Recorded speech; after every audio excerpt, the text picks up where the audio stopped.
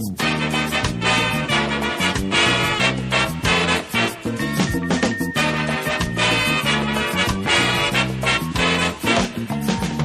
Fraser was an Asian lion living in a cage of iron in a circus. Welcome back to Countdown to Destruction. This is episode 13 of our Leftovers podcast.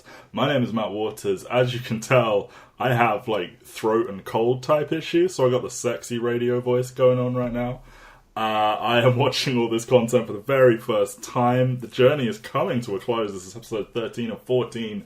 I cannot do it without Ben Phillips, who is definitely not watching for the first time. Ben, how are you? You saw Janelle Monáe to date this episode because she'll probably be out of Europe by the time this goes up. I don't know how many days she's doing in Europe. I saw it on our normal recording day, which hasn't actually affected us at all because we are so far ahead. Well, yeah, I've still got to bring it home with the edits. I'm getting lazier over time. I know. The allure of Spider-Man and Iron Fist and lying down. You say allure about the last one. Yeah, the allure of lying down. Oh, you meant Iron Fist. I meant Iron Fist. Hey, I hope you bin it because BoJack Horseman is out today. Yeah, it is. That's going to wreak havoc with the already hellacious schedule. However, we must soldier on, because as I said, we are getting close to the end. There are 4 episodes of this show left. 2 recordings for us. Today we're going to be talking about, to start off, it's a Matt world. My narcissism is easily triggered, and Damon Lindelof and Lila Bjork came forth with a banger of an episode title here for me. First aired May 14th, 2017. Directed by Nicole Cassell. She did the episode No Room at the Inn, and she is directing the pilot of Watchmen. Don't know if she's hanging around for the whole show or if she's doing the Peter Berg get it started, collect your checks. But yeah, she's not like special guest director Peter Berg, who obviously is still in film, so she might hang around for... Yeah, maybe. So your opening credits song this time around is a weird one because we're going to split this in half kind of thing. I'm going to give you a chance to get up the translation. I'm already on it. Okay, cool. So in the background, we have the Ashray, which is a Jewish prayer, which is recited 3 times a day, so my research tells me. Basically, the Ashray is entirely in praise of God and requests nothing in return. It's about people being happy when they're close to God. It's about how God cares for the poor and the oppressed, and it's about how God rewards good behavior and punishes evil. All big themes with one Matt Jameson, who is having to have, his faith is being tested. He adopts a worldview of if I am good, then eventually I will be rewarded and bad people will be punished. We will see how that works out for him. But over the top of the Ashray is some French narration. Benjamin, would you like to give us the translation of this, please? Yeah, so this is from Reddit. This is someone's first take. Okay. I do believe there's a better second take, but I'm not going to read that one. So you said Reddit, this all became completely invalid as a source, but keep going. I'm the only hope, the last defense of a species about to go extinct. The quote-unquote warlocks warned us. These clairvoyant sages saw the truth. They said the creature would come 7 years after the first ones were taken, 7 years after the departure. We were blind of the gods. We are now on the edge of the ravine, on the edge of destruction. When this monster is born, we are done for, because this monster will be born to end us. 7 heads and 7 flaming mouths. We have one last hope, the egg. From the warlock maps I found it, hidden in a nest in a volcano in the sea. Thank God for the technology. The nuclear weapon, to break the fragile shell and melt the demons inside. God made this missile fly straight and find the nest in the volcano. And hopefully this egg wouldn't have hatched yet, unless it destroy it before it destroys the world. Wonderful. Not at all undercut by the ringing of a cat bell underneath that. Well, the Book of Revelation does indeed make mention of I believe a 7-headed creature of some kind, in amidst the many other things it mentions. So yeah, that combination of things, pretty... Well, you'd think that narration, what's that got to do with Matt Jameson? Well, it's because we open our episode... I'm just going to say it as it is. A crazy naked Frenchman launches a nuclear missile at an island in the South Pacific, causing all commercial flights in the region to be grounded. Not joking, not a metaphor, not one of those, lovely little season opening vignettes that's all allegorical for the plot. This isn't a Kevin dream / other side moment. This happens, categorically, in the canon of the show. A man knocks out one of his fellow seamen and what? I mean, he's fucking buck-ass naked. I can't make this more. He takes his key. As you know from watching 90s action movies, you need 2 keys at once to be turned so that one person can't go crazy and launch a nuke. Haha, he found his way around it. It's naked Pilates. And yeah, he stretches himself out and he turns one key with his foot and one with his hand. And we have a nuke. And that is the explosion mentioned in Good Day Melbourne. Feels like forever since we recorded that. But yeah, that's the explosion when Kevin tried to get a taxi and was left wanting. This scene, perhaps the weirdest thing that happens in the whole show. I don't know. I know you fucking adore it because it's glorious. All you want in the world is to be surprised. You want subversion and to not get what you expected. I respect that. I am with you most of the way. However, this feels a little bit too much for me. The extent... I know it facilitates the journey that Matt, etc. go on here. But it's so fucking weird that a man launches a nuke at an island in the South Pacific because he thinks he's going to stop a 7-headed monster from killing everyone 7 years after the Grand Departure. I don't know. It was very well filmed. That was a very brave naked man doing that, like, whimsical turning 2 keys at once thing. But on a show where, like, they must have had some quibbles over budget. Hey, we would like stock footage of a submarine. We would like to film on the interior of what looks like a submarine, and we need all this like expensive military-looking shit. Was this necessary? I don't know. Glorious, though, on some level. So my defense of this, and it's not even a defense, I fucking adore this scene. This is like top 5 scenes of The Leftovers for me. It's like Kevin doing karaoke in the finale of season 2, obviously. naked man launching nukes. Okay. It's like that level of how much I love this scene. It's probably the scene of The Leftovers that I've like watched the most. Okay.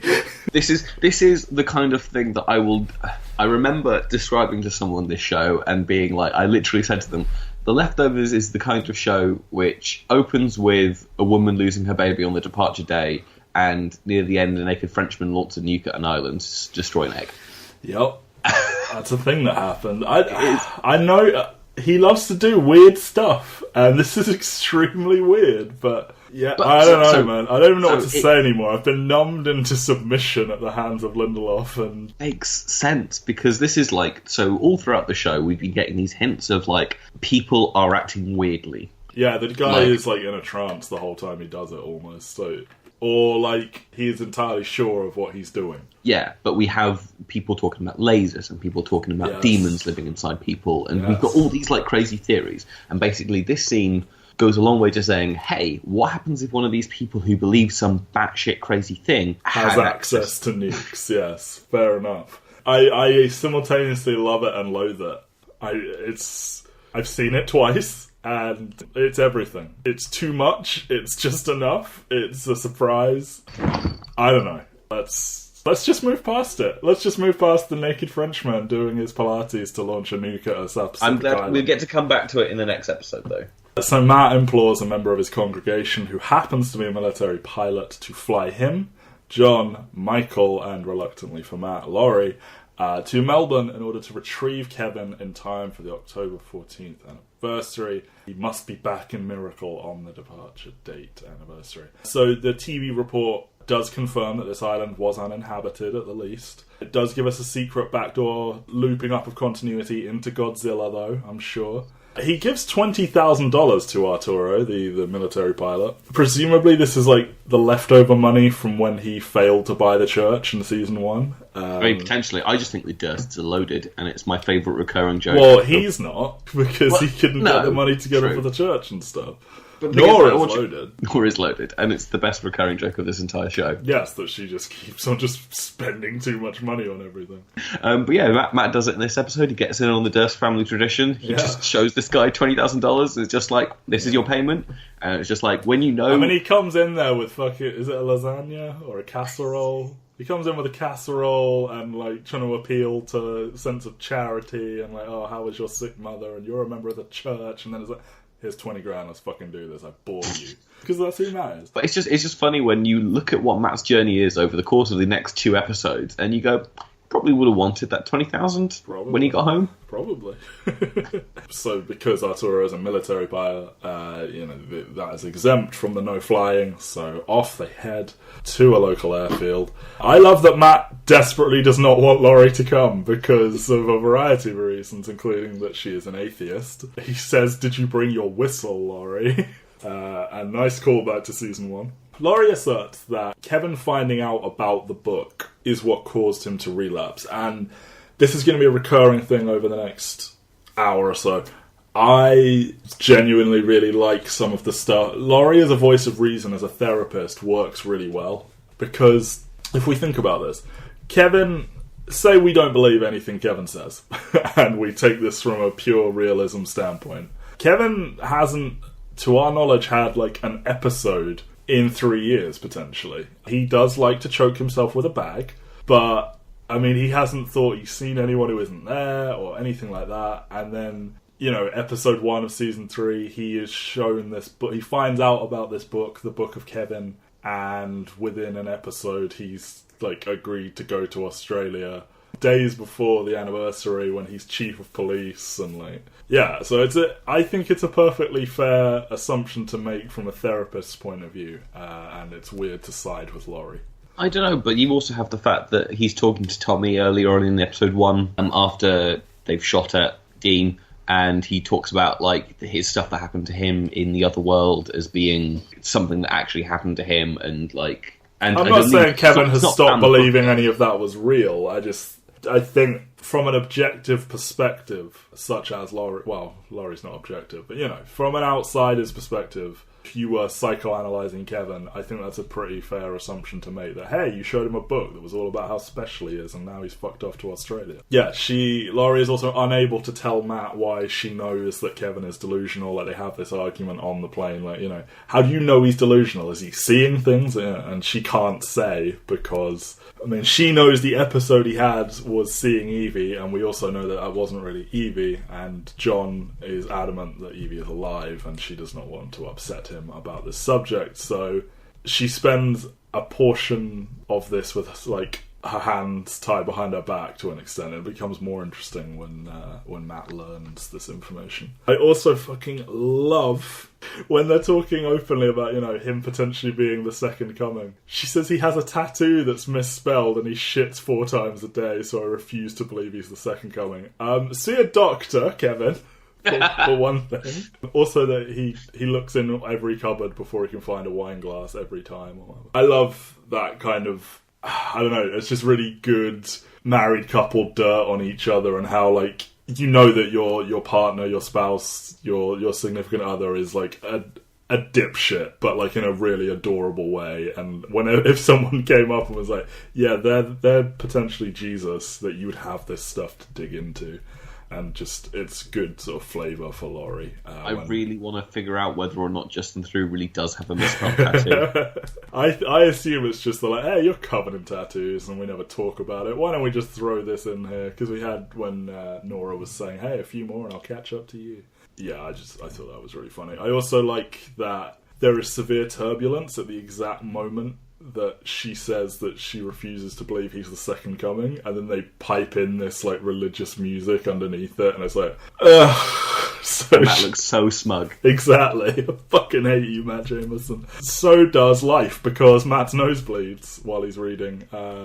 He takes his pills, he lies to Michael. So Matt has been, I don't know if we've talked about it before now, but he's been fiddling with his nose a lot, and I made the guess he's either doing drugs or his leukemia is back, and I gather that it is leukemia, because why would you be taking pills for cocaine?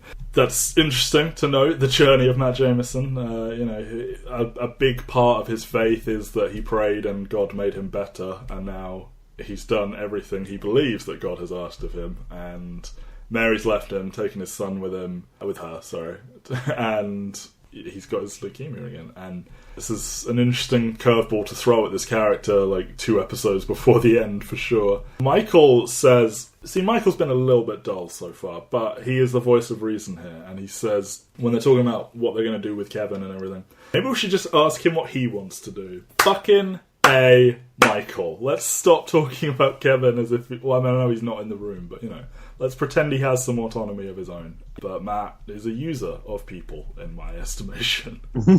I do find it quite interesting that they did go to this, because obviously, like, back in season 1 when they mention it, it's very much like a Chekhov's cancer. Yeah. And you almost think they're not going to come back to it, but they definitely do. Spoilers. I feel they basically... I feel coming out of season 1, they're like, right, what didn't work? Let's go in a completely new direction. Let's make this wonderful season 2 that is somewhat detached from season 1. It plays into the continuity and whatnot, but it's almost its own entity. And then for season 3, they're like, right, let's go back to season 1. Because, you know, you got Dean coming in, and I don't know, just a lot of things. Like Kevin is back to being a police officer, Nora's back in her job, and Matt's got cancer again, and stuff like this, and... As I said, it's very much like the Dark Knight trilogy. Yes, it sort of comes back on itself. It comes back on itself after a very, very standalone second part, which is potentially the best. It is different in that you will not defend the first season as being the best season. Fuck no, I won't. I'll leave that to Mike Thomas. I think Christopher Eccleston probably struggled quite a bit when doing his accent to continually say Melbourne as Melbourne instead of like Melbourne, which is I would imagine that bothered him a little bit. Anyway, because of the mayhem with flights, they are forced to land in Tasmania. They secure passage on a... I adore Christopher Eccleston's reading of Tasmania.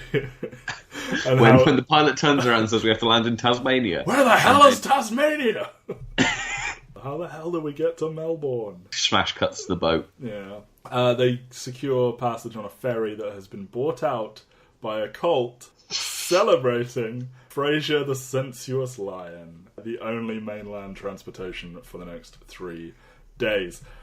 Now, we're going to have to wait a moment before we address that fucking bananas thing that I just said, because Matt initially scrambling and being like, oh, we're stuck here. Not that Tasmania isn't lovely and stuff like that. And then he says, 3 tickets, please, while Laurie's standing right there. And she's like, fuck you, Matt. Like, he's this much of a fucking child that when someone just argues with him, he's like, I hate you forever. This episode is like a straight-up comedy at points. This episode is probably the most openly just, let's do some funny stuff for 45 minutes. Aspects of Kevin's trip to the other side, very funny, but also there's some drama in there. But yeah, this is very, very strange. So the lady in charge of who does and doesn't get on this ferry, she greets them with saying, I'm 91 and I'm having a son, which I assume is a reference to the lion's advanced age when he fathered 35 lion cubs. Yes, Frasier is a real lion. A real lion. I learned this doing research, and I was like, holy shit. Who are this group of writers sitting around and, like, the collective bullshit in their head that are like, hey, you guys ever hear about Frasier the Sensuous Lion? And they're like, yes, write that straight into the show. You get an episode. You get an episode. This mangy old lion that I believe was blind. They rescued it from a Mexican circus. None of their lionesses were breeding with the healthy young lions they had in their zoo. In comes Frasier, and he fathers 35 lion cubs, one of which is boarded onto this ferry. It might be a grandchild. I don't fucking know. It's a lion. How long do lions live? I don't know. I'm asking you to know how long lions live. Come on. Average lifespan lion. 10 to 14 years. There you go then. Maybe a grandson of Frasier the Sensuous Lion. So while she is challenging them, a man in a red hat shoves his way aboard without being challenged with this riddle or having their name checked off or anything. Put a big fat red pin in that. Matt is a terrible, terrible liar. He continues to be this. He tries, but he just can't commit to it because, like, oh, we're friends with the captain. And it's like, Michael's just like, no, we're not, because that's obviously a stupid thing to say. And I love that she, like, plays with him because he's, like, very upfront about that he is a pious Christian man. And this is an orgy boat. Yes, they celebrate the life of Frasier the sensuous lion by fucking in lion costumes, among other things. So she asks him to tell a dirty joke, and I really love Laurie stepping into frame from like the bottom right out of nowhere and just seamlessly launching into something about a panda, and then it's like, no. He has to do it. I mean, Laurie's doing the eat, shoots and leave jokes, which is fine, okay, but sure. I think Matt's is a lot better. Well, would you like to do Matt's? I talk a lot on this show. I feel I should give you some zingers. So what is Matt Jamison's dirty joke, Benjamin? What's the difference between a pimple and a Catholic priest? I don't know. What is the difference? A pimple waits till you're 12 to come on your face. Holy shit! Did I not see this coming? I was like, Matthew Jameson. I mean, you know, if you're a priest, you must have heard all of these, but good lord, that he could bear to say that out loud. But he does, and he gets them passage aboard the ship. The Tasmanian lion orgy boat. Yes, there is wall-to-wall debauchery pretty much every minute of the episode from here on out. This is the most HBO episode that's ever HBO'd. Yes. It's also so to bring this up. So Game of Thrones and Westworld at this point. Westworld did their shit orgy episode, didn't they? They did do their shit orgy episode, and this is not that. Like, this orgy has like personality, and it's not like I've got so many questions that I don't dare ask. Westworld is just like, look, we got all these attractive people to come in and have sex, and then the leftovers. They painted leftovers them gold. Just like, they painted them gold. That's quirky and edgy. No. There's just stuff happening all the time. At the most dramatic beats of the whole episode, some weird sexual act is happening offside. Like, when Matt is scurrying away, there's just a dude jacking someone off next to him. It's like, oh, okay, cool. I'll try and bring them up, but basically that's not possible because it's constantly happening. I did take a picture of the dildo fishbowl. Of course you did. So yeah, they're like meekly in the corner just trying to be regular passengers aboard the fuck boat. And they have their conversations. And, you know, when Matt and John are getting into it about how they must get Kevin back to Miracle, John makes the very reasonable argument that his wife left him and he lost his daughter in Miracle, so it's not special. You know, Matt is convinced, you know, he brought Mary there and she woke up, they created a child that was medically not possible before and all this stuff. But John is very right, they lost people there, and, you know, that was Evie's point before this, and, well, Michael, I think, made it for her, but, you know, they lost their father, even if he wasn't dead or departed, so Miracle isn't special. And John also gives Matt the business with the line, maybe if you'd given a little more control to Mary, she wouldn't have left. Oh, damn. Nice ownage there, because he is, you know, tossing the accusation that basically Laurie is in John's head and he doesn't like it. But I think you didn't like John a lot more before Laurie came along, Mr. Matthew, so pipe down. Anyway, Matt goes exploring on the good ship Fuck, and he finds a man named David Burton in a red hat who claims to be God, and he goes and he vents his frustrations to Michael, and then he witnesses Burton toss a man overboard in the middle of the Fuck Festival so no one notices or cares. So this is confirmed as the same actor from Kevin's experiences on the other side. The man you told me not to Google because his credit would give him away, I guess. It literally says on his Wikipedia page in, like, the top... David Burton /God. Because I think that's exactly what I guessed when you told me not to do it. I was like, is it going to be blah /God? And you just laughed. So it says Bill Camp. So it's like, Emmy-nominated actor for this, and there's David Burton in the HBO drama series The Leftovers. Oh, okay. So it's like the first line of his Wikipedia page, and I was like... Okay. Can't look this up. Fair enough. Yes, David Burton came up on TV in season 2. John was watching TV, and yes, there was a story about a man who emerged from a cave after apparently being dead. So we'll get into this, but yes, he has a card that says, "Yes, I am God," which is amazing. It's a little FAQ card he hands out because he's sick of dealing with the nonsense. And as David Burton walks away, a dude is completely railing this chick against the side of the boat. Just to, like, you know, if you could just, we're just going to block this in a way, this scene where, right, you walk past and into frame. Yes, wonderful. Keep going. This FAQ card says, "I am the one true God. I go by many names, but Mr. Burton is fine. I will not take a photo with you. There was no Big Bang, just nothing, then light. Yes, I created you. No, I didn't create unicorns. Important. Eve was not made from Adam's rib, it was his tibia. I asked Abraham to kill Isaac just to see if he'd do it. Kevin Sr. and Matt argued about Abraham previously, so continuity there. Yes, evolution is real, but doesn't work how you think it does. I fucking love that little sentence. I think that's a wonderful sort of get out of jail free card. I won the bronze medal for the decathlon, and the one you can't remember is the hammer throw. No, I had nothing to do with the Crusades, not any type of genocide or Holocaust. I love that the Olympic stuff doesn't come in until most of the way down that card, and then it's straight back to, nah, the Holocaust wasn't me. A wonderful card. It's a very good concept, and if I was God, I would hand these out as well. It's just that thing where it's just like, this writer's room is... like, it's obvious that they're developing these things just from discussions. Like, they're going, like... I'm pretty sure Lindelof kind of pitched out in the first episode and just says, like, pitch me people who died in this thing and who would be funny to... like do a tribute of, and you get the Gary Busey bit, and it's obviously like evolved over the course of the entire show, which is just like, just give me like random things and how they would be affected by the end of the world thing, and this kind of like this claim that this man is God would probably not be met with any idea of of being entertained at all. It's the ultimate everything is possible line. Hey, 2% of the world's population vanished one day. Anything is possible. Anything is possible. And so these things that, like, maybe this man is just delusional, but because the 2% of the world's population vanished, people are going to take him seriously. And you get that in this episode, which is like, some people are just like, oh no, we like him because it's fun to have him around. But he's obviously got like massive supporters as well. This is true. Well, yeah, we learned that from the captain.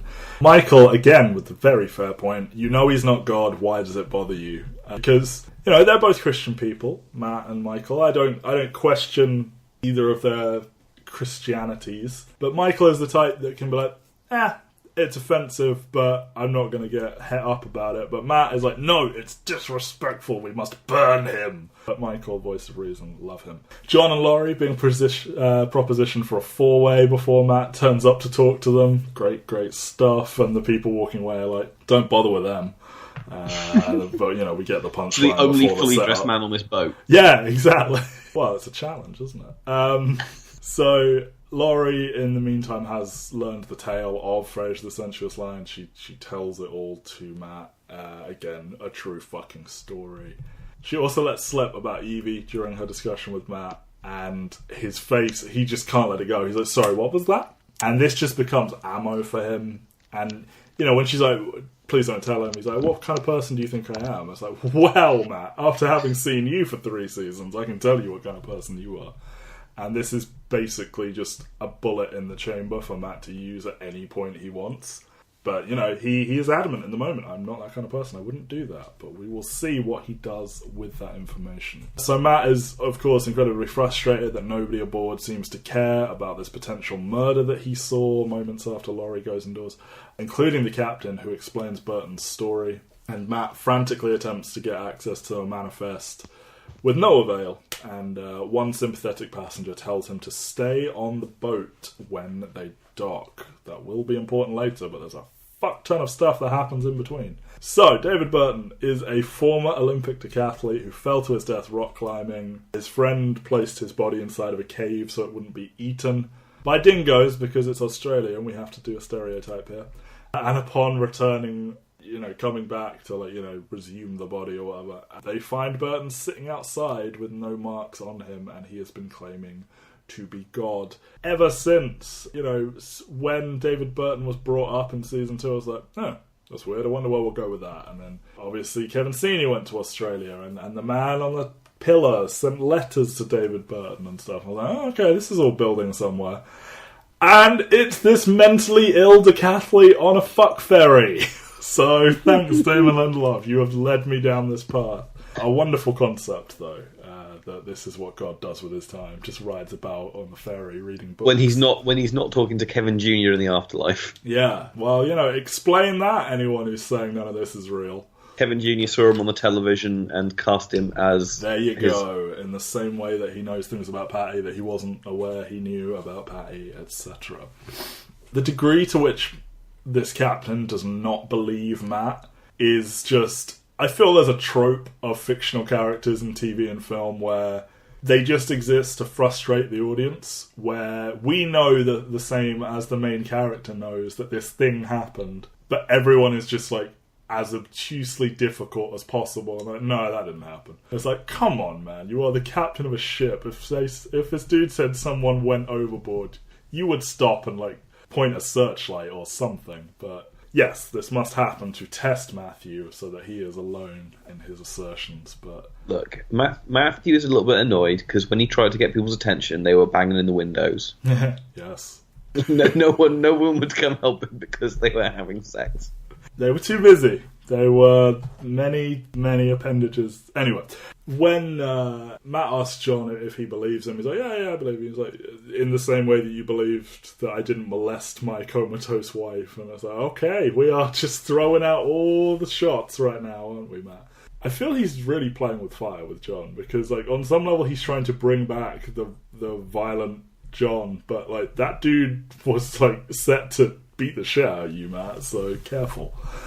In the Matt is just on edge because everything is going wrong at this point. Yes. And he knows he's sick and he's on a time limit and no one's being helpful. Yeah. And like he's got all these different reasons, but he's just lashing out at people who fundamentally are trying to help him. Well, that's what he does. That's what he's always done. He always lashes out at everyone.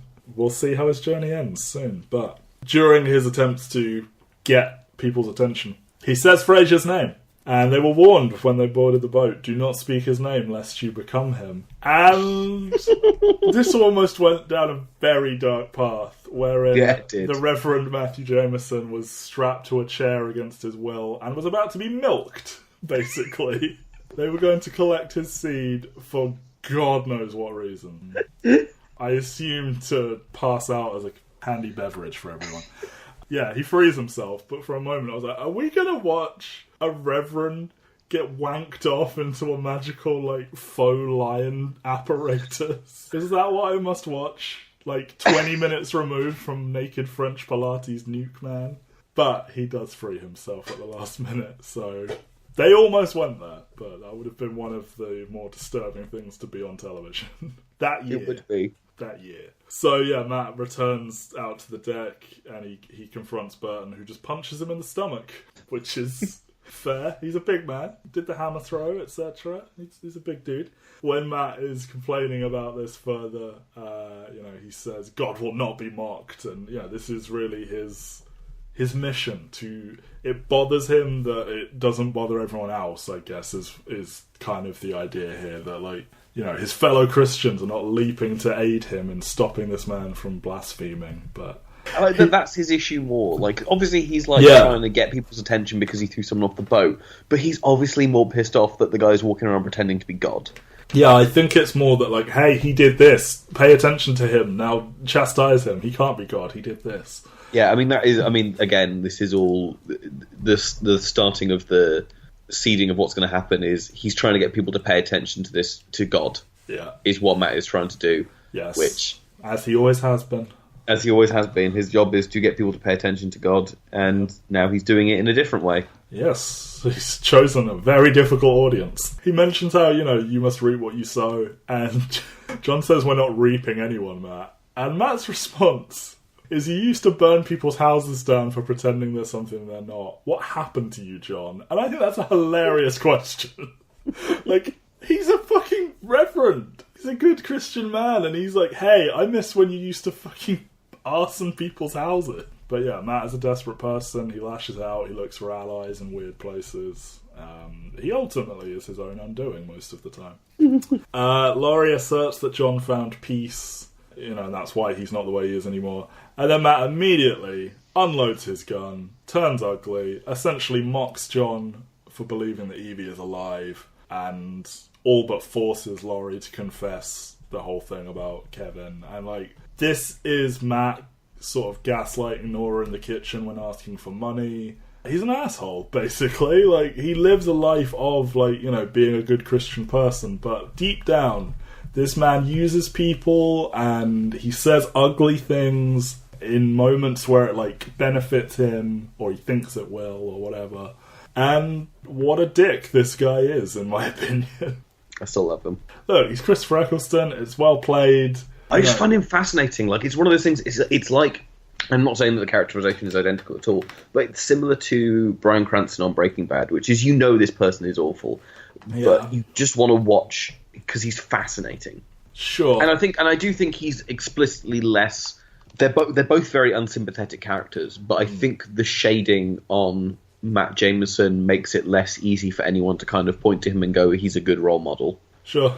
And then, like, within the fiction of the show, he is presented as, like, an upstanding individual in a lot of ways, and, like, a community leader and stuff, in a way that, like, Walter was, like, shit on by everyone constantly and, like, almost never given his due about anything. So, in some way, Walter was kind of punished by the characters around him, even though on some level he was succeeding, whereas Matt is, like, just given all these free passes or whatever. I think it's like, it's that thing where Matt is obsessive, and he's normally obsessive for good reason. In season 1, he wants to save the church. He wants to save the church for good reason. Yeah. But he goes about it doing it in a bad way. He wants to get Mary back inside Miracle. He just goes about it in the worst way he could possibly go about it. His, like, good nature and Christianity and faith in the goodness of the universe and all that, they are his greatest strength and his greatest weakness. Like, they lead him down what should be a positive path, and, like, they make him... he has offered good advice to people and, like, been a warm presence to others and whatnot, but then it's also led to some very, like, overzealous moments, shall we say. Yeah. Anyway, so Matt fucking snaps. And he knocks Burton out, ties him to a wheelchair, interrogates him and demands that he confess to what he did. And while, of course, up front he is, like, skeptical as heck about the claims, and he's like, like, mocking him, like, of course you think you're God. By the end of it, he does begin to address Burton as if he were God, and ultimately lets him go when Burton says he can cure his cancer. So, I would say that throwing the book overboard after he knocks him out with an oar feels a little bit unnecessary, if not for the fact that Burton threw a man overboard. But it was like, that's kind of a dick move, Matt. It was like, oh yeah, no, he did throw a man over the edge of this ship. A couple engaging in cunnilingus during the scene where he knocks him out with the oar, because there has to be something going on, doesn't there? Every frame. Yeah. So, Burton asserts up front that he doesn't need to do anything to free himself, and that Matt will free him, which he does end up doing. So who is to say that David Burton is not telling the truth about everything? Because, Matt's like, why have I not been struck by lightning? Why have you not turned these ropes into serpents and freed yourself and all of this? And Burton, throughout this entire conversation, assumes a position of authority and, like, knowing best and all of this sort of stuff. And this is a great fucking scene. This is a show full of wonderful one-on-one scenes with people across a table, or in this instance, man standing up and man tied to wheelchair. But this is another great one. Matt points out that Jesus doesn't feature on this card anywhere. And he's like, are you denying paternity? And he says, Mary's word against mine. Which is an interesting take, in my opinion. But yes. And how does he explain away the crucifixion, Benjamin?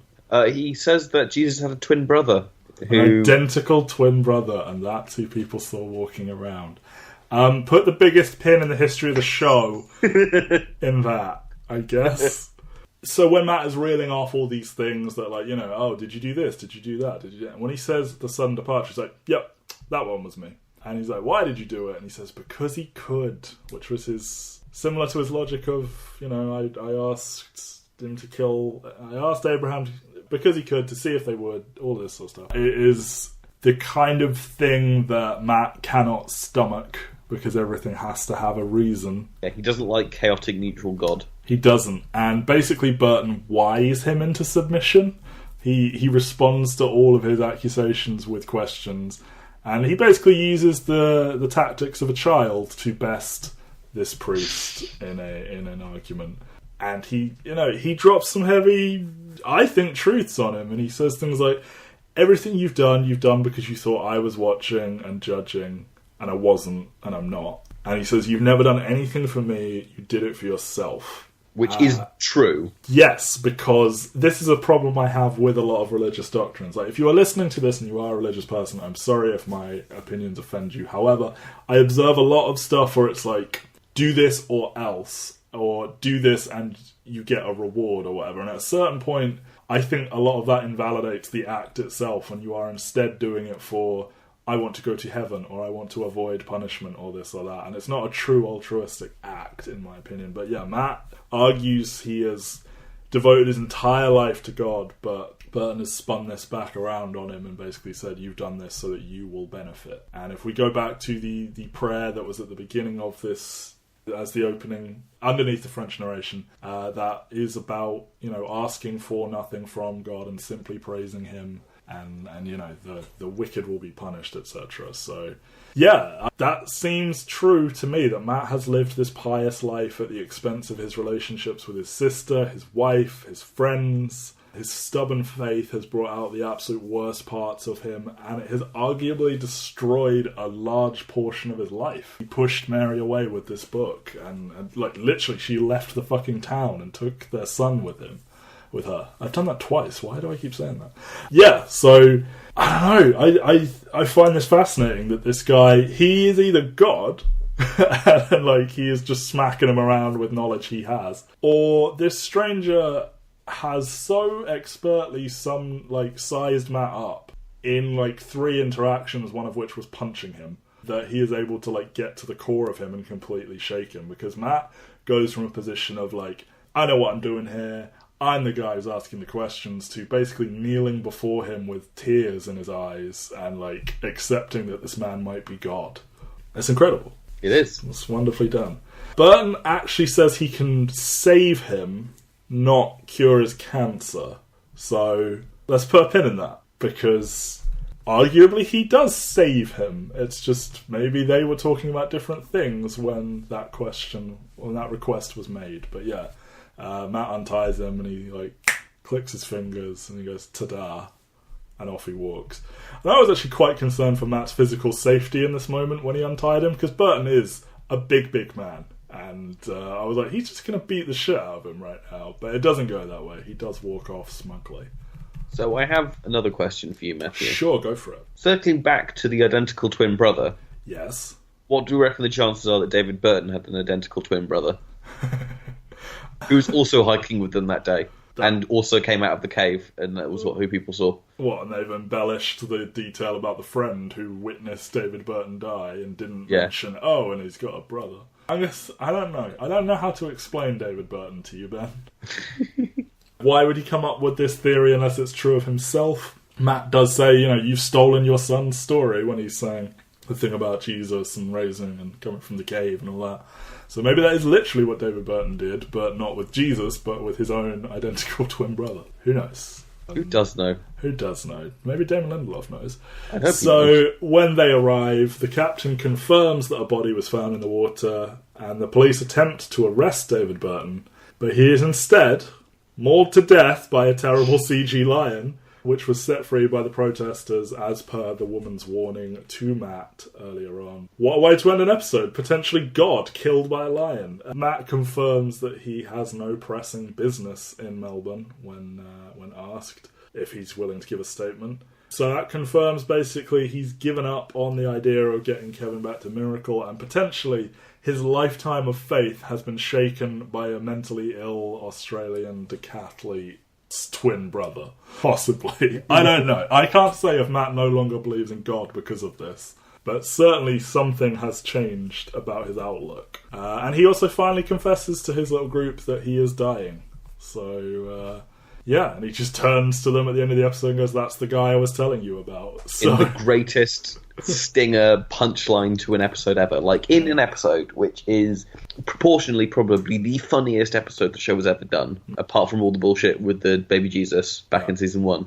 It's 55% naked people. Yep. So it turns into this whole thing of Matt trying to tell people that God on this boat is a murderer, paralleling his life with someone who is trying to get people to listen to him about God. Yep. It's so bizarre, and it works so well, and it's just a phenomenal line to end an episode, and now this is the end of the Matt trilogy. We've had a Matt focus episode in every season.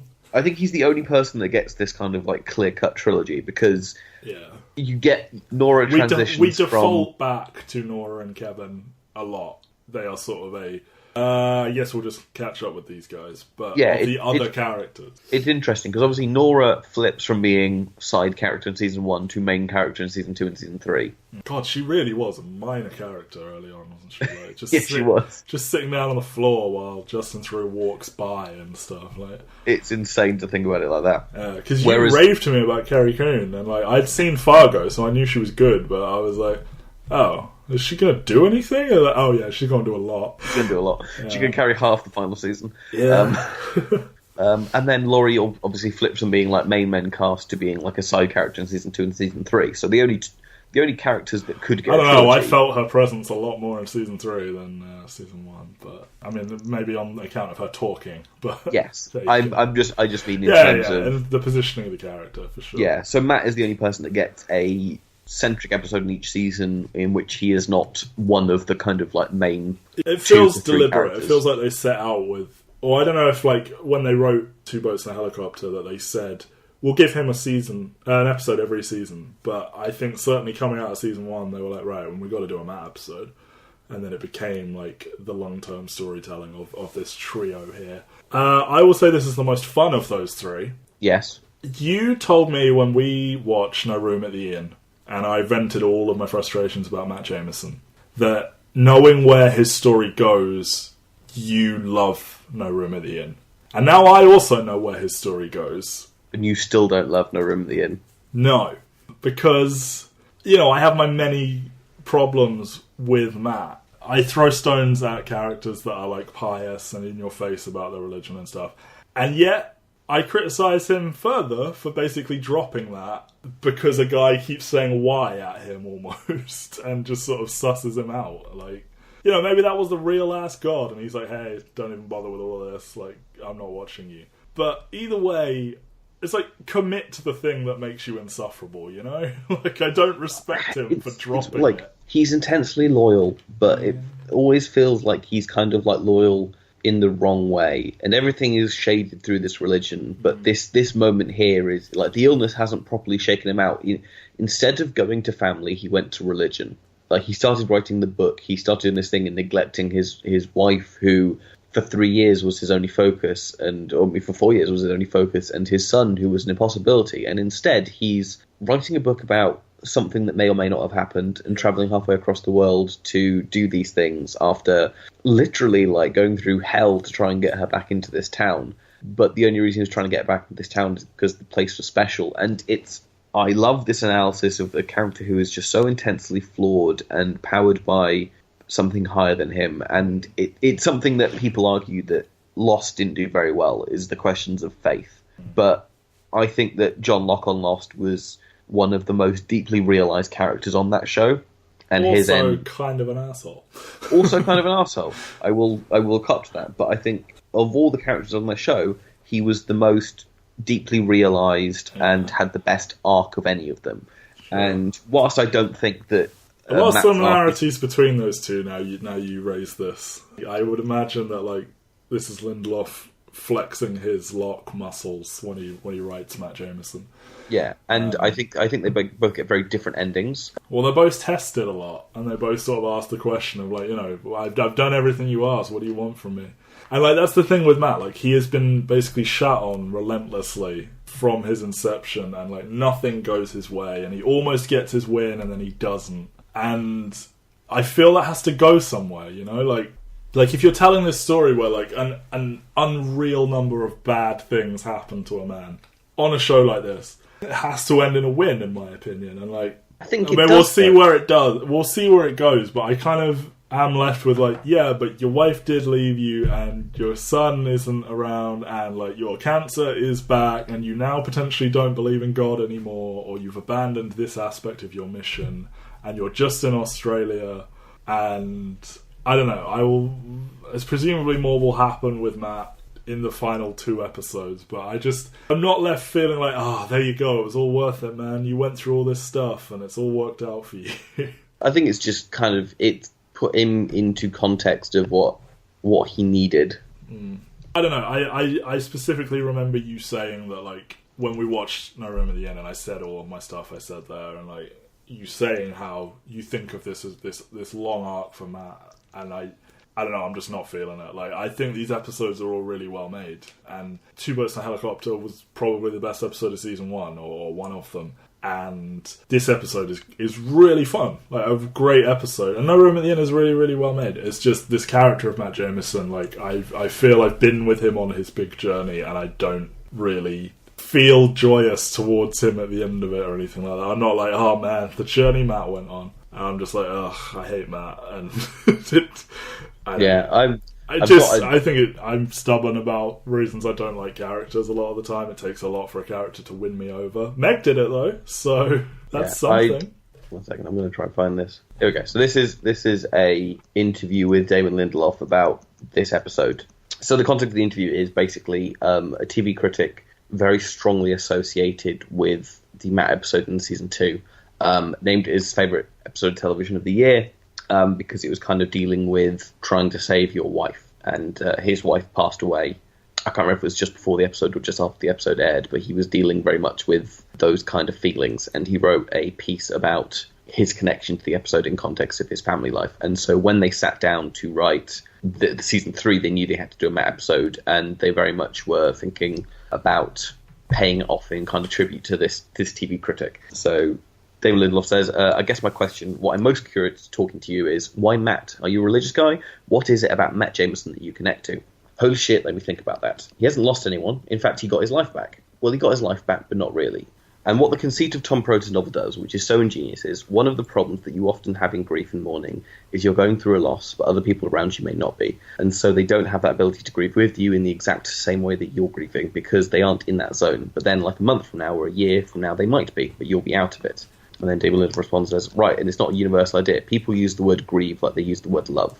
So if you say I love you to someone and they say I love you too, your brain says that they're just reciprocating the exact same emotional thing that I sent their way.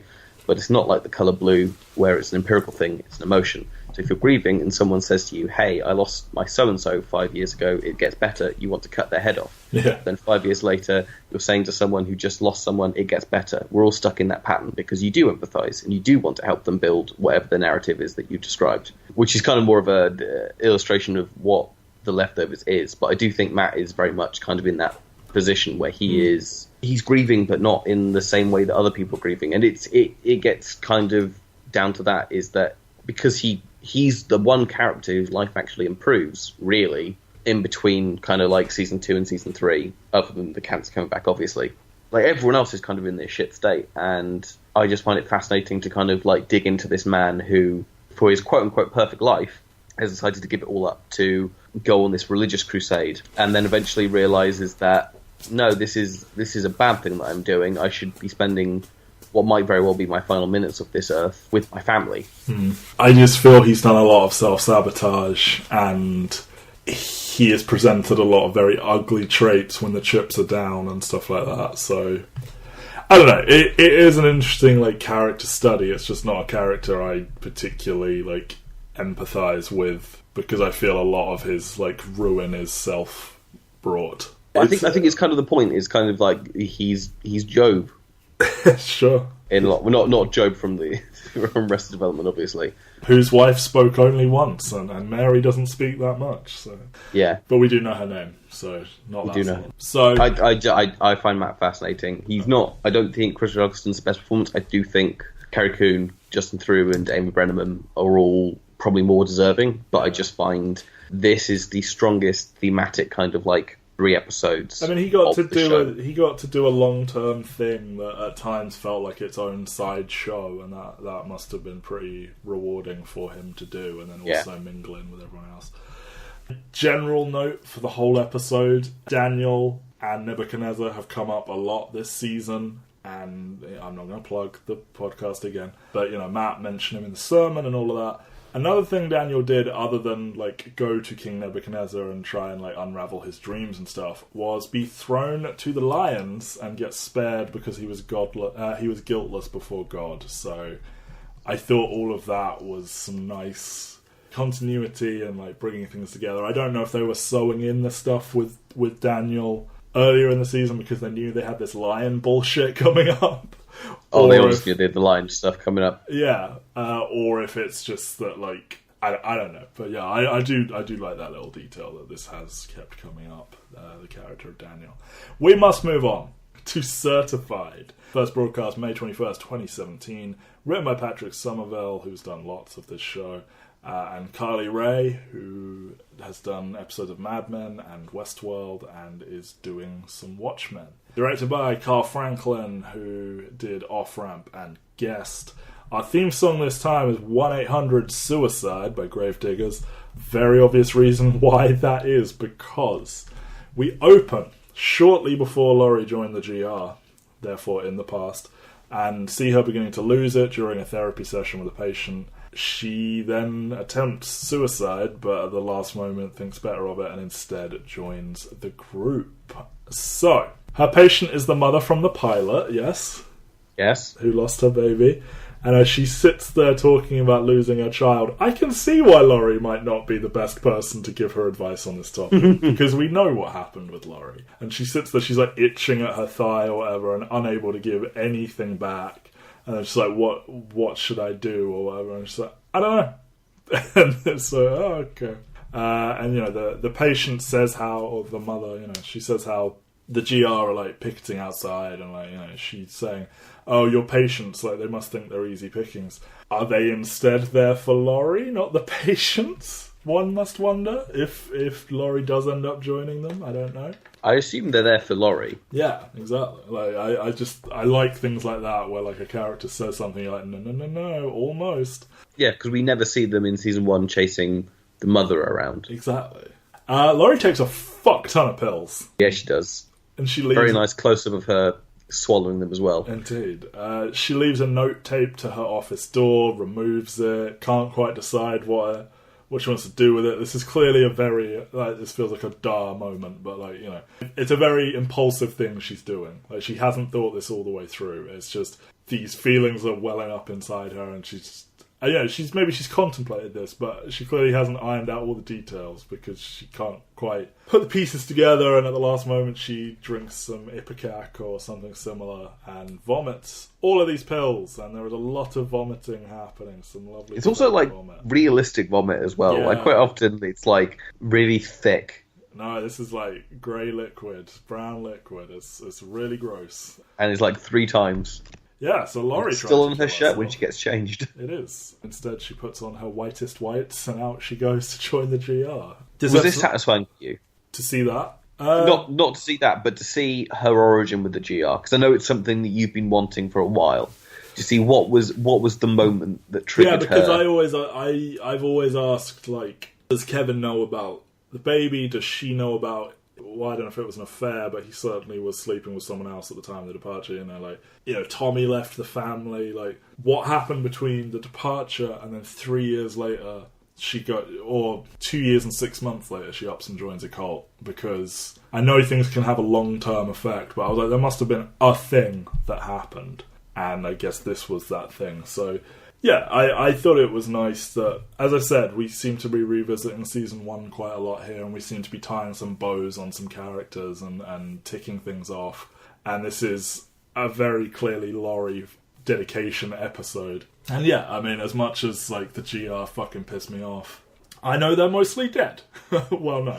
The ones that we've ever seen are pretty much all dead. And, yeah, Laurie in the present is talking. So, yeah, I guess long story short, yes, I was satisfied. Yeah, it also just... So did you watch these 2 in a row? Yeah. Yeah, so how did it feel going from the wacky comedy high style of... So, like, one of the darkest moments in the show, yeah. One of the darkest episodes in the show. Yeah, there was a suicide warning on the back of the DVD box set, and I guess it was this scene, I don't know. There's also Kevin choking himself and all sorts, but yeah. Yeah, very dark. A big tonal shift. Although this one does have its whimsical moments as well. It does. So the structure of this one is kind of weird, so I'm going to try and tackle it in a way that makes sense to me. As in chronologically? No. You'll see. Anyway, in the present, Laurie, sporting a black eye, drives up to Grace's ranch in a stolen VW van with the burned remains of Matt's book, which she gives to Kevin Sr. She quickly learns that the group are planning to drown Kevin so he can go to the other side and get the missing song lyrics from Christopher Sunday and bring them back. And that Kevin is currently off to think this over. So, I love the show. First things first, we talked at length about how Kevin Sr. was adamant this was his story, and that perhaps all of this stuff that happened made him think, oh no, actually, it's Kevin Jr.'s story, I'll support him. No, it is still ultimately all about Kevin Sr. for Kevin Sr. because he's like, go fetch me the lyrics and then I will save us all. Like, you're a tool in exactly. Oh, you can go to the other side? Word, I can use that to sing at the sky. I really love when she turns up and she calls him Pop and he calls her Lorelei. There was that moment in season 2 where Kevin Sr. is like, he's saying how he likes Nora and he's like, oh, did you not like Laurie? It's like, no, I like Laurie, I just like Nora better. And it's just like, it's nice to see some evidence of that like, yes, he did like Laurie when these two were married. But yeah, it's a sort of wistful moment. He is holding a bag of shoes, which we will put a pin in.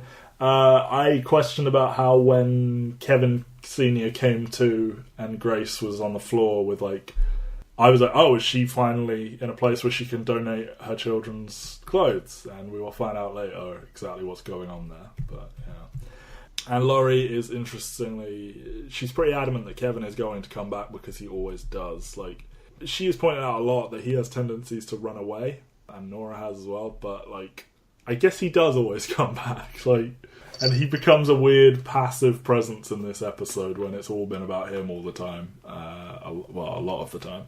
This is sort of presented as like a mystery that will be solved backwards when she rocks up in this weird vehicle with her black eye and like, oh, what the fuck's happening here? Where's Kevin? What's happening? And we become a passenger and we hear Laurie's story. Yeah, it's an interesting structure to this one. We get context for things in each one that kind of illuminate both halves of the episode. Yes. So still in the present, policeman arrives looking for Kevin Yarbrough, the man that Grace, of course, drowned. So Kevin Sr. knocks him unconscious and just drives him out to the middle of nowhere and leaves Laurie to talk to everyone. It's not like a huge plot thing, but we get a lot of character stuff as Laurie sort of wanders around this house having wonderful conversations with people. We see John and Laurie arguing for the first time. He confesses about his belief that Evie is still alive, and how he's always been thinking this. And Laurie says she wouldn't have had him help people talk to their dead relatives if she'd known that about him. But it starts off as a bit of an argument, but it does seem to end back in a positive place. It's not like, oh, you thought this couple was too good to be true, like this reformed angry man. But no, it seems to end in a healthy place, I think. I think she uses her magical therapy powers quite nicely.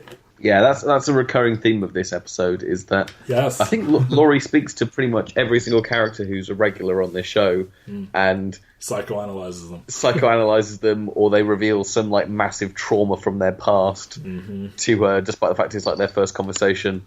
And we learn from this conversation that what John wants Kevin to do when he passes over is to find Evie and tell her that she was loved. And it's delivered well, but the way that Laurie reacts as if he said some sort of like amazingly poetic thing, it's like, that's really beautiful, John. It's like, well, okay, whatever. We also learn that this ark that was being built out back is actually a tribute to one of Grace's dead children. And that when Kevin Sr. showed up, he thought, like we did, that they were building an ark to get ready for the flood, and he thought that, my narrative, it continues. So I like that. That's continuing the theme of season 3, which is to like build people up and then tear them down. And be like, no, not what you thought. Presumably, this policeman is going to come back and arrest Grace and also Kevin Sr. Because, I mean, you hit him with a shovel while he was investigating, looking for his dead chief, or his missing chief. But, Kevin Sr. does say... He's definitely dead. But he doesn't know that. But yeah, Kevin Sr. does say he'll happily sit in a prison cell. He'll do the Thanos thing. He'll wake up to a grateful world, knowing he's saved it. I have a question for if they all survive the events of the finale there, which is, are these two people going to jail? Probably. When Laurie's talking to Grace, I love their little conversation about Kevin as a husband, similar to the last episode where she had all those like details about why he's a dipshit.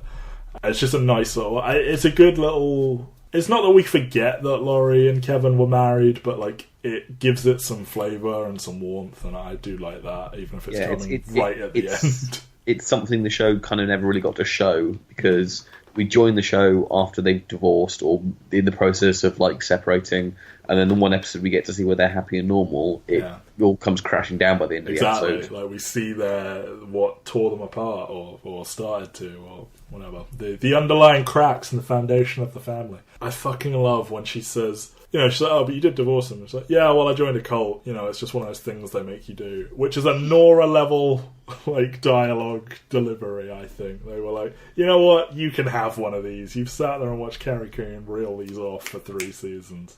You can have one. Grace talks about the missing shoe. Like, her kids, they never found their shoes, which is a weird thing. No one knows what happened to these shoes. And this is what was happening earlier with Kevin Senior and his bag of shoes. I guess she basically just rounds up donation stuff and goes through it looking for her dead children's shoes. Like, yep, that's not cool. You're taking from charities, man. Like, I assume she donates them back if they don't turn out to be her children's shoes. I mean, I guess, but then that seems counterproductive to, like, is she going to pick up the same bag she's already picked up again in the future? I don't know. Laurie walking through the house is great stuff. So, we learn through a series of flashbacks that I will stitch together into one continuous thing, that Laurie was initially with Nora and Matt, and they were following the doctors Eden and Becca. You may remember them from their moral dilemma and the magical departure machine. And Laurie got this black eye in a little bit of a tussle with Nora. So, Laurie, Nora, and Matt in a van on a stakeout is a lot of fun. Giving this trio of characters who don't get a lot of screen time together and are in varying degrees of open conflict with each other. It's just great, like tossing them into an uncomfortable situation together where they are forced to talk despite their differences, and, exactly what you think would happen does. Laurie is convinced that when Nora, goes to use this machine, that what she's actually trying to do is kill herself. So Nora says if she was going to do that, or if that's what she wanted, she would go scuba diving, because there are so many ways it can go wrong without arousing any suspicion. And Laurie says how she's certified, which is the name of the episode. Well done, everyone. Put a big old pin in it. Exactly. And, while they're all sort of, trying to kill some time, Nora asks for a reading. She wants to do the whole fake talk to your dead relatives thing. And she's like, yeah, I want to talk to my kids. And she's like, no, we don't do departures. And Nora has delved into a position of just no fucks given, and says with complete... there is no measure in it. She just says this as frankly as she can. You did departures when you and your pals had life-size replicas made of my family and sat them down at my kitchen table. Fucking Hadouken, Nora.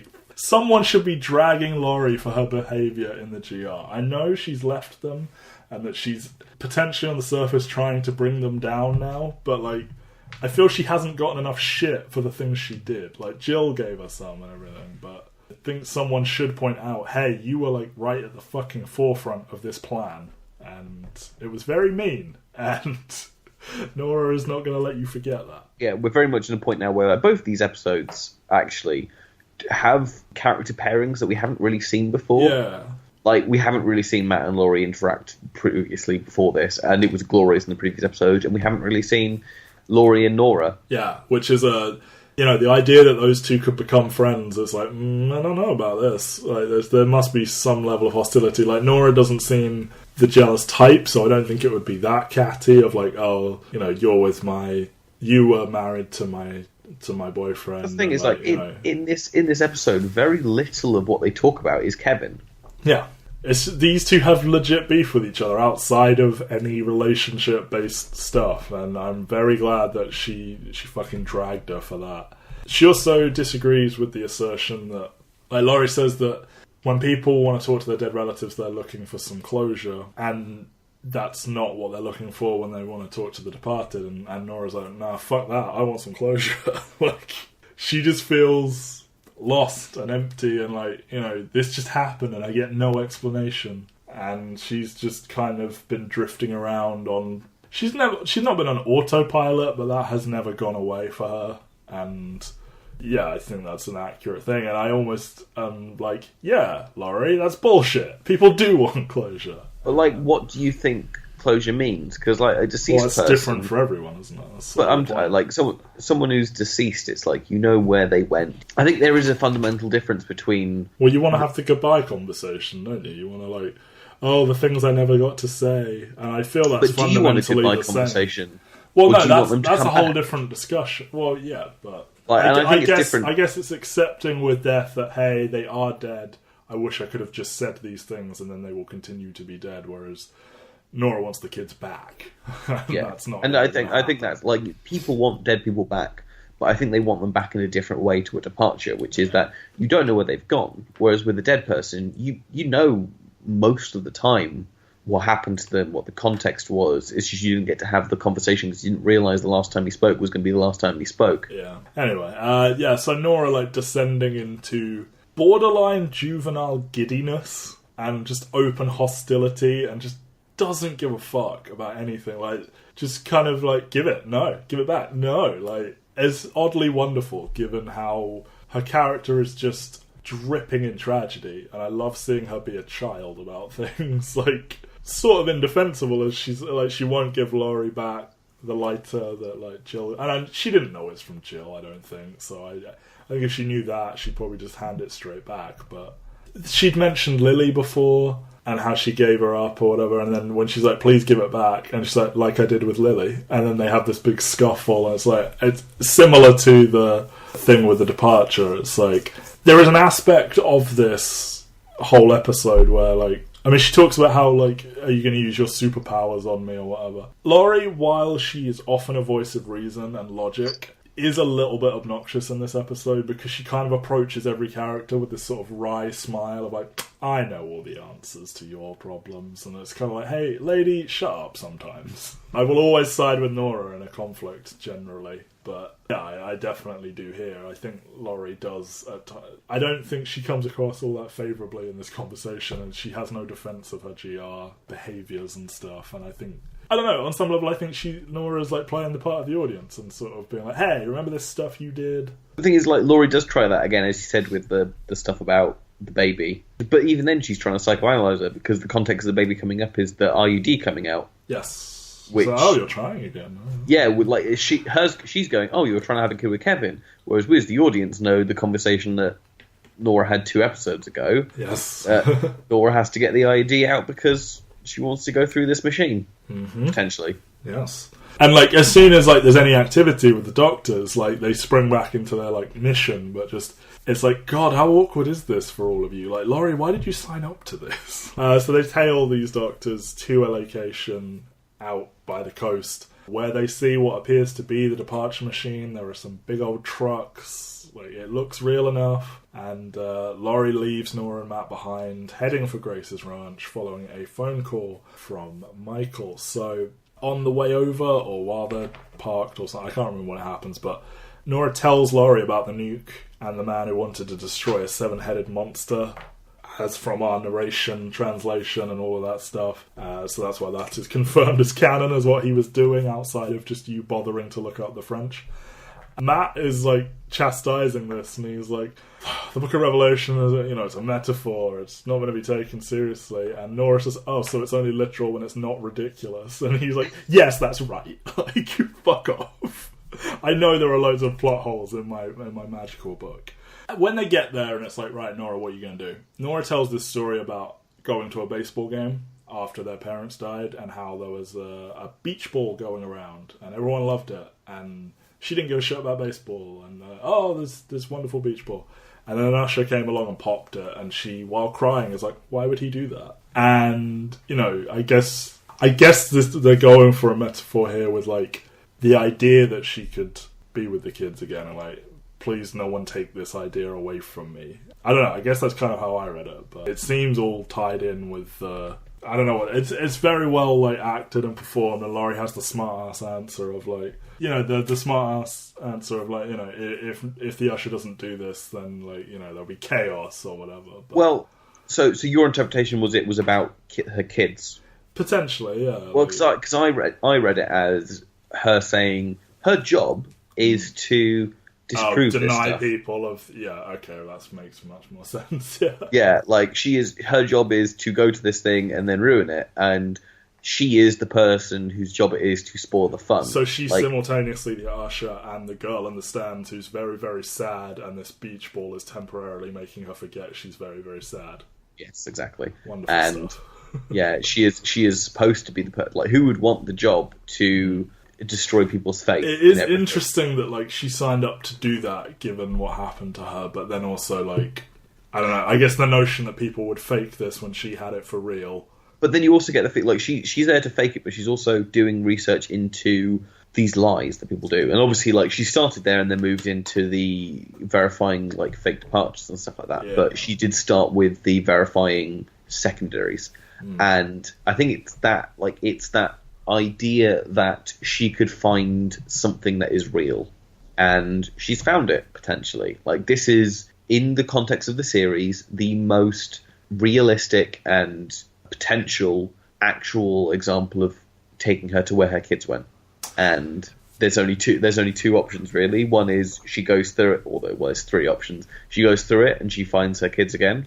She doesn't go. She goes through it and dies. Yes. Or she puts a stop to it because they're killing people. Yes. It's clear that this machine is not going to be used in this episode because of how long is left in the episode, but it's building to a point of right, there you go, there's the fucking machine. Nora's right there. We are setting up our pieces for what's going to happen. Matt opts to stay there with her in a nice little moment. And when Laurie's leaving, Nora asks her not to say anything about it, and she asks for a cigarette in payment. Well, no, she asked for $1 first. Yes, and because Nora's too rich, she only has hundreds. I like that Laurie won't take one, even though Nora would give her like 10 grand if she asked for it in that moment, probably. No, because if she gives her 100, then she might not have enough to pay for the machine. True. Okay. She only took $20,000 with her to That's to true. Australia. Strapped it all to her body and didn't think about just giving half to Kevin. Yes, she takes payment in the form of a cigarette to be her patient, and thus she has confidentiality. And she says to her, same time next week, and they're both crying, and it's like, are you also both lying?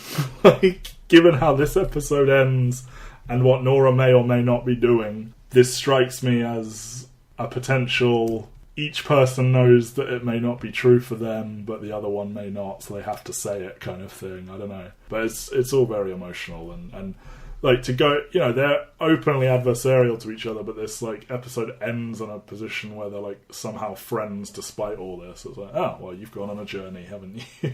I think it's like, because Laurie's understanding, like, even though that they're being antagonistic towards each other, she knows Nora's just lashing out.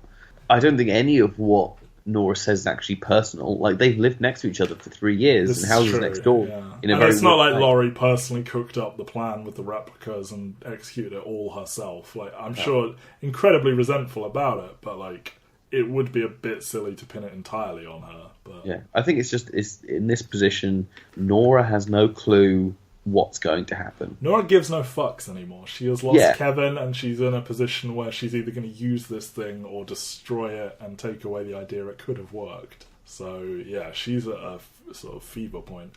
Back in the present, after Laurie has arrived and, you know, all this stuff. During dinner the night before the 15th in Australia, remember that date difference, Laurie drugs Grace, Michael, Kevin Sr. and John so that she can speak to Kevin alone when he turns up.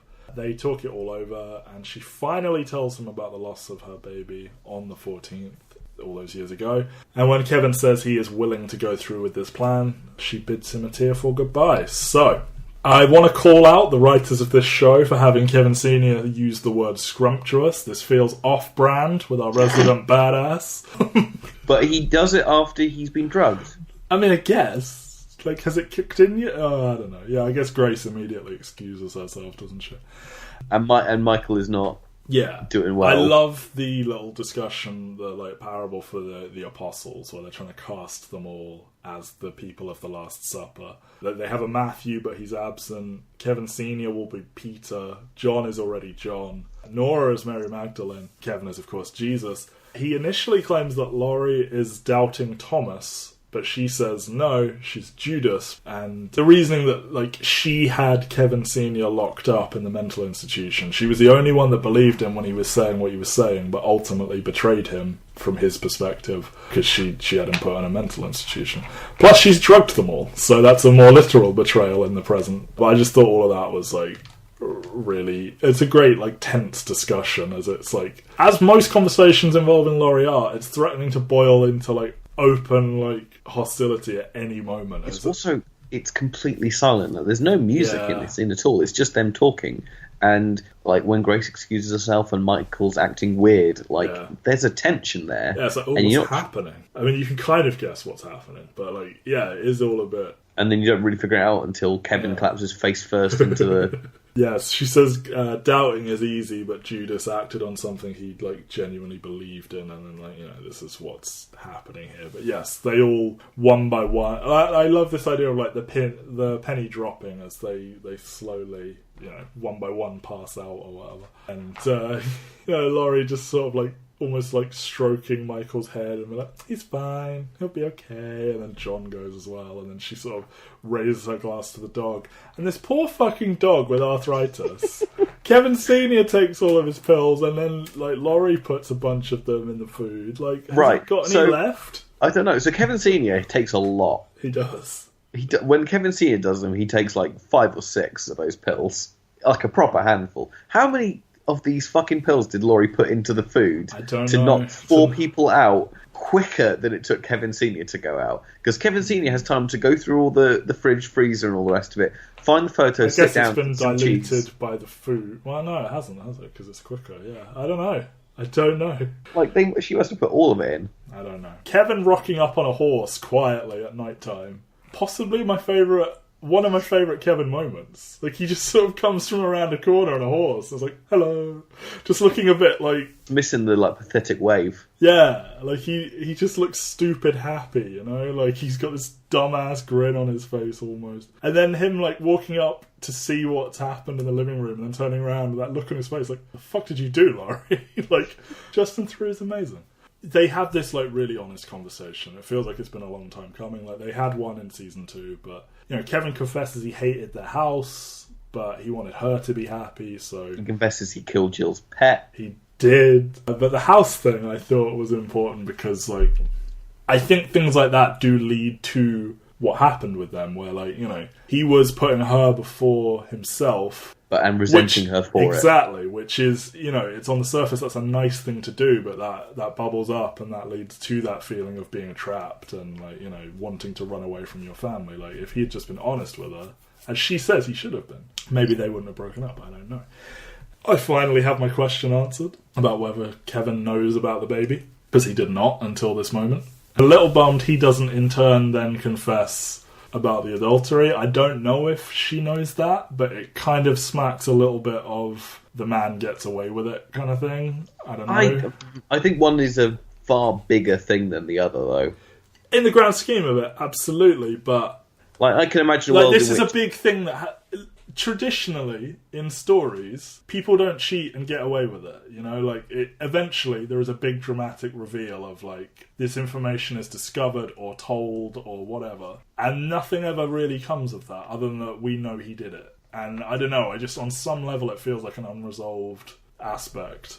Potentially. I think their relationship's gone through enough that I don't think Kevin bringing up a conscious decision that he made before this would make sense in the context of what she told him.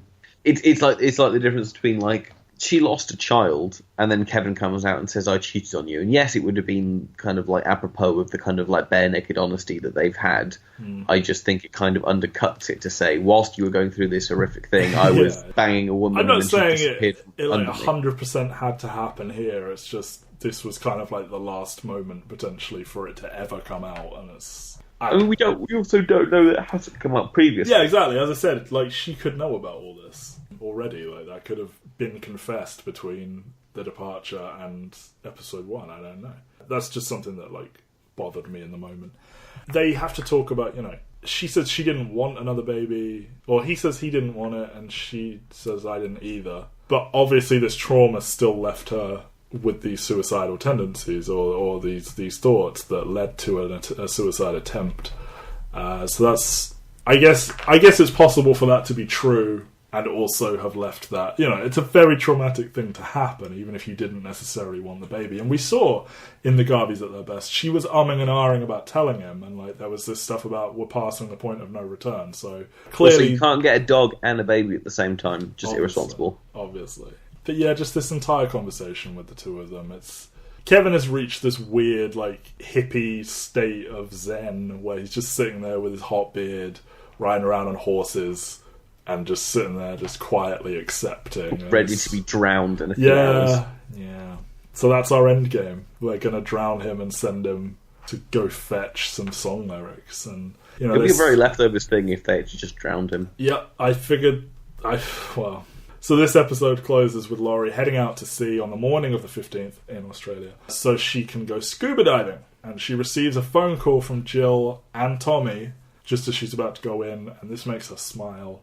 And then she dives in, and her fate is left very ambiguous because we hear nothing but water noises throughout the entire credits, and you're sort of waiting for that up she comes for air type, even though she's got an air tank, so of course she wouldn't be coming up that soon. But that's kind of what's in your mind. Like, all you hear is the water, and it's like, am I going to hear confirmation one way or the other? But yeah, it's a very, she attempted suicide at the beginning of the episode. The song for the episode is 1-800-SUICIDE.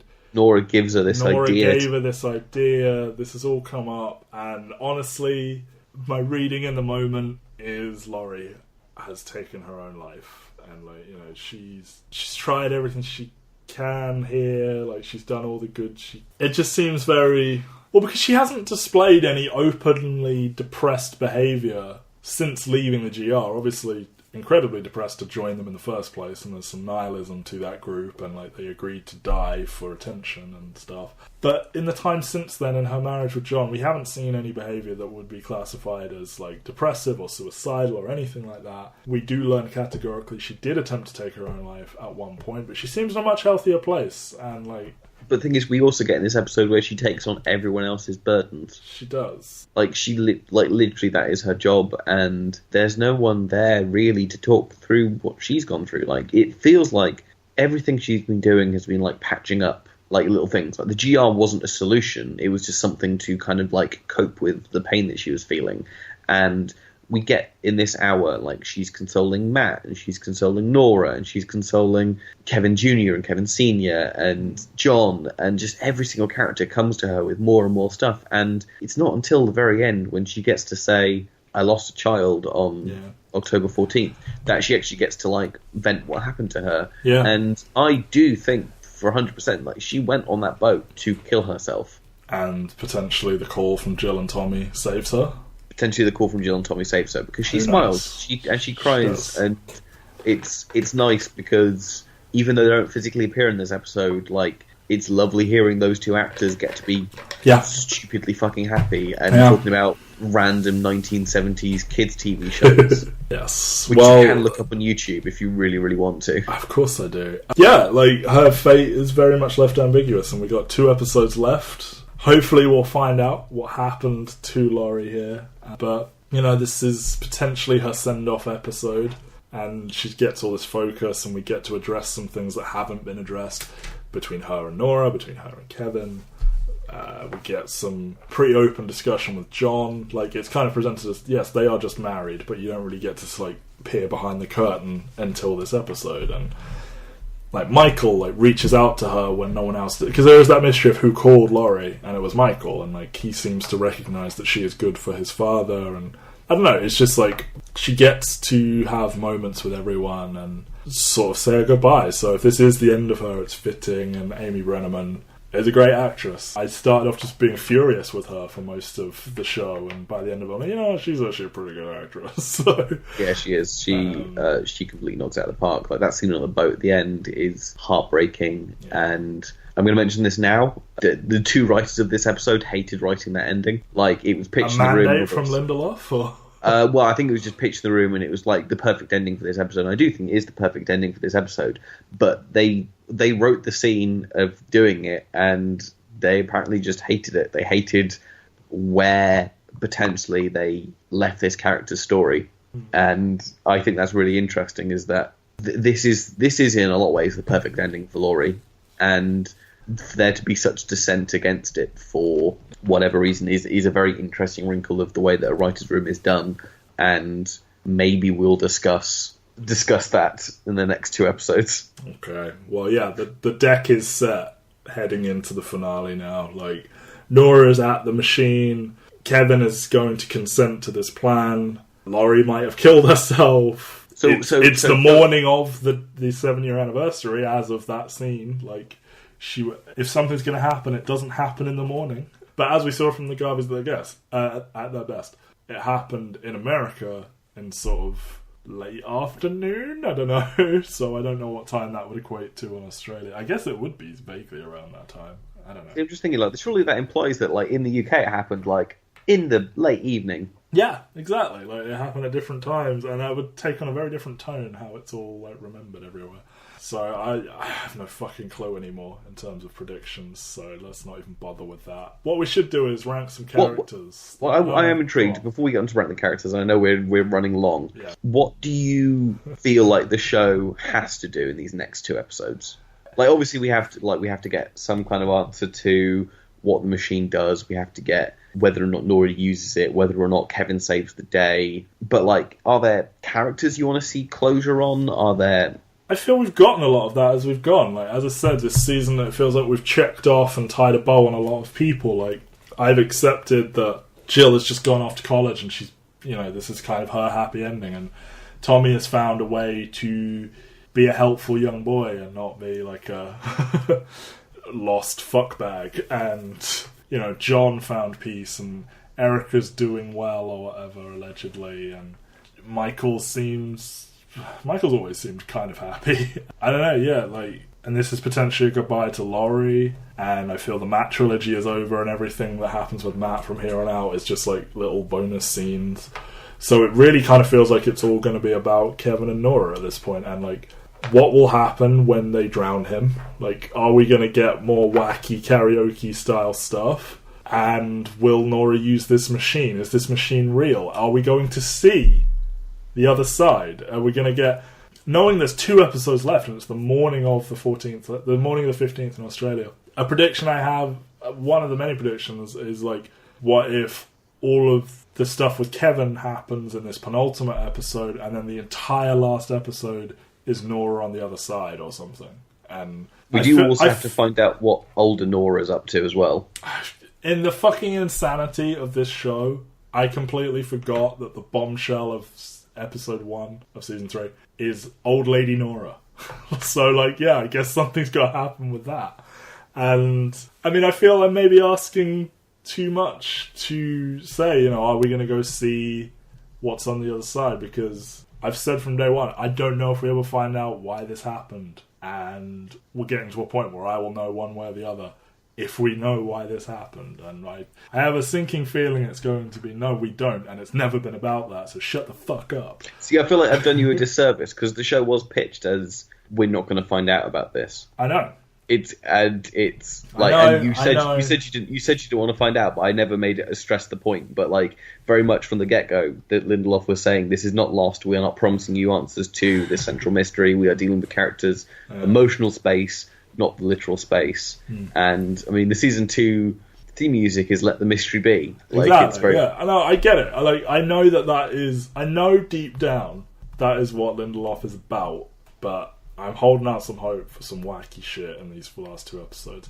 Anyway, they are close, so let's just get on out here with this. Character rankings for the penultimate time.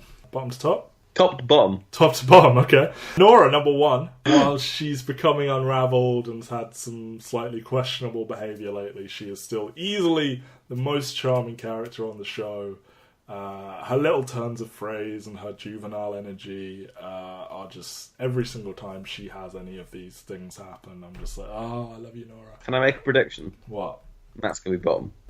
Number 2, Kevin Jr. Who even knows anymore? Like, he's not in one episode and he just rocks up at the end of another, so not a lot happens to sway him, but like, I don't know, I guess generally you're sympathetic to him and he is the main character and we've seen all this bad. There's a lot of talk of drowning him. Yeah, and it's like, oh, Kevin, I just want you to go have a nice time somewhere. Go have a grilled cheese, you know? Like, yeah, even if he does have his runaway tendencies and all this sort of stuff, like, I don't know. Kevin Jr. is difficult. Number 3, Michael, he's a good boy again. He's making a lot of fair points. He called Laurie and, you know, he was a voice of reason on that boat.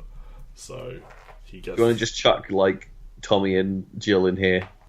Well, the last time we saw Jill and Tommy, they were quite high up. Nothing's happened, so I'll assume they're still... I'm just, saying... floating around Michael and be like, numbers 2 to 5, yeah. Yeah, the Garvey and...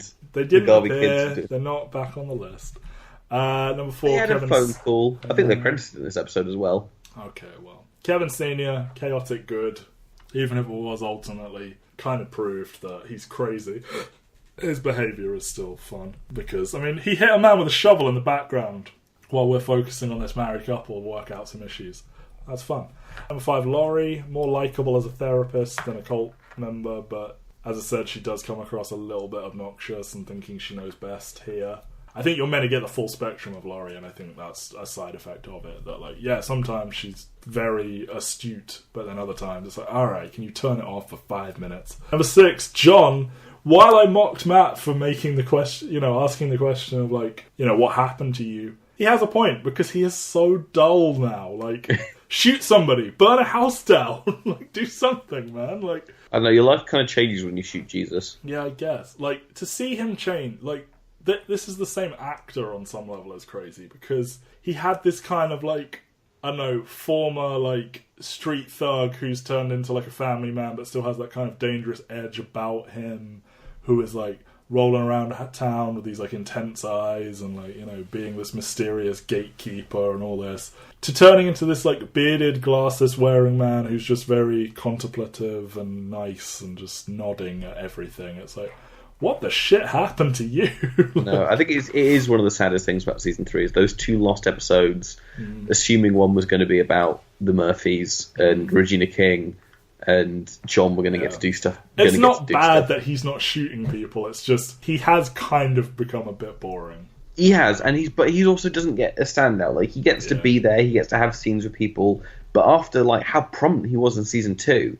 It's just crazy that we've lost Evie and we've lost Erica, and, like, he gets to stay and be, in theory, the most prominently featured one. And it's like, well, you don't really do anything, do you?